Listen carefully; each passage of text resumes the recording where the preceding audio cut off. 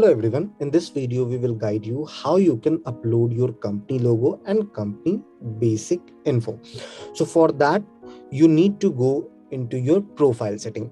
On your right hand side in very top you will see your name and your company's name. Please click on this. Now here is the company profile below secret identity. You will find your company name over there.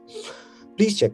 Here you will find a camera icon on which once you will click, it will open the upload company logo option. Through this, you can upload your company's logo image in PNG, JPEG, and you can save it. Accordingly, it will get uploaded.